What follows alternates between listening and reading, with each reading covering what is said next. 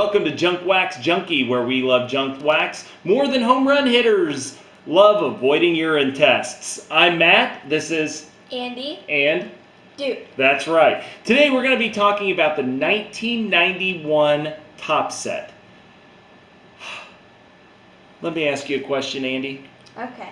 Have you ever really wanted something? Yes. Really, more than anything in this universe, you wanted to get something? Yes. And no matter how hard you tried, You it just didn't happen. Well, or it just didn't happen. Or you wouldn't let me. Yes, or I wouldn't let you. But either way, it just didn't happen. The 1991 Top Set is a perfect example of how you really want something and it just doesn't happen. And here's why. In 1991, Topps decided that they were going to celebrate the 40th anniversary of Topps. And they came out with a very unique promotion. You can YouTube the commercials from this. And I can readily display this by looking at an old box. I don't know why I still have this. I just do. But what their promotion on that one was that they gave out these instant win vintage Topps card. And they took every Topps card that had ever been made and they randomly placed them into packs. And it didn't matter who it was. It could be a 1984 Roy Fontenot, or it could be a 1960 Mantle or something like that. And even if the card was not the standard size of a card, because card sizes have changed over a number of years, they didn't really become uniform until the 60s. That they would give you a little tab in the card that you could send into Topps that they would honor, and then they would send you that specific card. Now, the odds, they said the total prize value was $1 million. See package for details, no purchase necessary, because they gave you a little thing where you could mail in and they would give you whatever chances you had on those. What they said, what Topps company came out and said, is that you would get a random insert about one for every 50 packs or so, depending on who you talk to. Some would say you should have one random insert per box that you buy. That seems a little illogical, but that's how they said it. And that's what most people believed, because some Topps executive somewhere on some kind of interview I saw said that it would be about one per box. I chased that dragon. I chased that dragon. I was wanting that. I was wanting to get some random insert. It doesn't matter. Not only did I not get a single random insert after box after box, and even if I'm in a store like a flea market and I see a box of 91 Topps, I will buy it for one reason and one reason only. That is because I still, all these years later, 30 years later, am still chasing that dragon in a 1991 Topps set. Never got one. Not one. Not only that, I know of only one person that claims that he got one of those random insert cards in his pack. He's claimed that he got a 1985 Kirby Puckett. I didn't really believe him then. I don't really believe that now. But the guy at the baseball card shop told me that he saw him pull that card, or at least he recollected it. I don't know if it happened or not. I didn't see it. Today in the internet age, unless you actually see something, there's no reason to believe it. But shame on you, Topps, for me not getting a random insert. I understand it's part of how the system grows, and we've all chased these random inserts before. But actually, as the Junkwax era cards go, it's not a bad set. It's really not a bad set. 792 cards like they had. And for this set, Topps tried to pick up their game a little bit. 1991 was when Upper Deck was really starting to challenge the other card companies. Whereas other cards would go for, like what this one was, these packs were 50 cents a piece. Upper Deck would charge $1.50 per pack for less cards. But at the same time, people were buying Upper Deck because the cards were just have a much higher quality. So this was when Topps tried to, for the 1991 set, they tried to pick up their game a little bit. And you could really see it. What they had in this design is they had the 40th anniversary card on the top, And their pictures that they used for this set are actually much better for this set because they were really trying to pick up their game. And they had a cool little stat on the back that would show how they did for each month, which is kind of a cool little thing that they put. Before that, they would have career highlights, or they would say, this player, Scott Wagner, lives in Colorado where he has a dog and he loves cooking shellfish. That would be some of the random facts, and it didn't really work. So they changed it a little bit. Like, here's one, they would still put random facts on it. Bill was a college teammate of left-handed pitcher Charlie Liebrandt. The duo attended Miami University in Oxford, Ohio. Isn't that fascinating? Anyway, let's go back through our scale. We have a 6-point scale to do our cards. We have card quality. We have photo quality. We have design. We have Key cards. Cards. Crash effect, and staying power. All are on a scale of 1 to 10. The card quality and card stock had to give it a 5.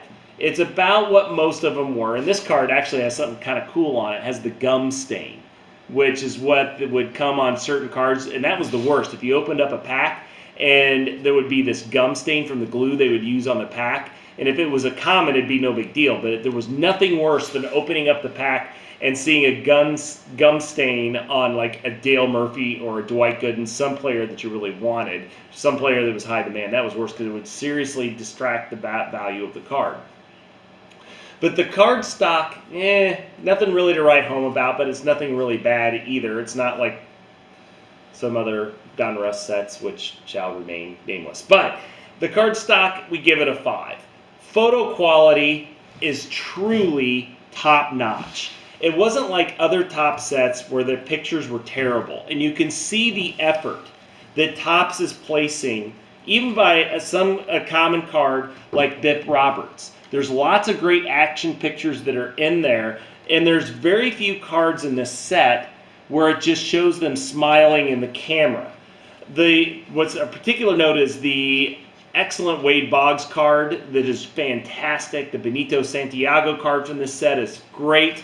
But they do a great job with the pictures. And actually, this is one of the better sets of the Junkwax era when it comes to the photo quality. So we give that a 10. That's right, because their photo quality is great.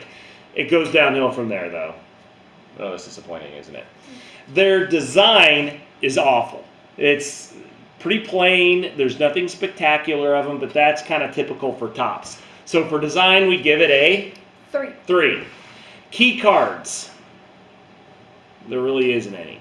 There's really no cards from this set that people say, I have to have that card. It's not like a 1986 Jose Canseco or even a 1987 Fleer Bo Jackson or a 1984 Don Mattingly or an 83 Tony Gwynn. It's nothing like that. There's really nothing in here.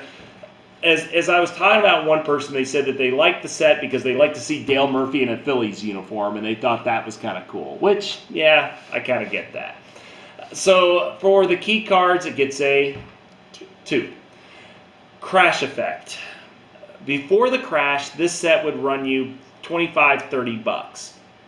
After the crash, you couldn't give these away. I was in Biscayne Mall in Columbia, Missouri when the crash happened. And the crash happened pretty much overnight, over the span of like 6-7 months.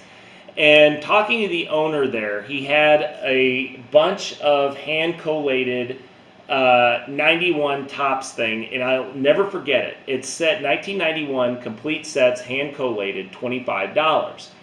And then I went in again like a month later, and I saw that he was wanting $18. I'm like, oh, you got a deal on those now. And he said, well, I just need to kind of move them. I need to make more room in the store. He was not about to say the demand went down. Then about another couple of months later, I was in there, and I swear to you, as God is my witness, the display where he had about 100, 150 Topps sets there, it didn't look like he had moved any of them. And they were now down to $7. Now you can get a complete 1991 Topps set. If you're lucky, you can sell them for $5-6 maybe. You can find complete 1991 hand collated sets every day of the week on eBay for $5. It's really not a problem. So the staying power, it gets a 1 because they have not come up. A common problem with being a collector from the Junkwax era is that you look at how much you spent on the cards 30 years ago, and knowing that now, if you would have taken that money that you spent on baseball cards, put it in a jar, and buried it in your backyard, and then went up today, if you would have done that in 1991 when the set came out, the money, instead of buying 1991 sets, put that money in a jar, buried it in your backyard, went out and picked it up and dug it out of the yard in 2019, you would have more money than what you could get, even including inflation, than what you could get for these cards now. And it's kind of disappointing. It's one of those things where you just have to laugh about it and enjoy the Junkwax era for what it is. Otherwise, that idea is going to drive you crazy. Thank you so much for checking out our video on our 1991 Topps. Oh, and give a recap. Photo quality 5, or photo quality 10, card quality 5, design 3, key cards 2, crash effect 1, staying power 1, which gives us a grand total of... 22? No. Wait, 15, yeah, 20. Right. Yes, 22. That's right, Andy. Andy corrected me, and she can say she corrected a doctor because I am a doctor. So we have a grand total of 22, so it's on the lower end of the Junkwax era. But still, I got to tell you, and many of you who feel my pain and that lesson and disappointment, I probably bought 30 boxes of these cards. And even to this day, if I'm in a flea market or something and I see an unopened box of these, I will pick one up for $5-10 just to see if I can get one of those random inserts.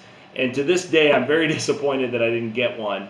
And maybe, you know, it's just the law of it. Maybe some guy only bought one box and ended up with 10 random inserts in it, and it just so happened I was on the other end of that spectrum. I don't know.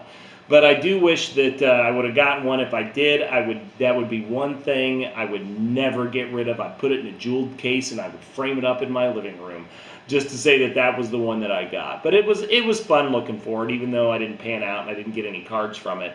But 1991 Topps, more than anything else, the main lesson we get from it is that it teaches a poor 18-year-old kid, 17-year-old kid, a very brutal lesson in disappointment. You don't always get what you want. Thanks for watching our video on the 1991 Topps set. Don't forget to subscribe and don't forget to like this video. Have a good day. Bye.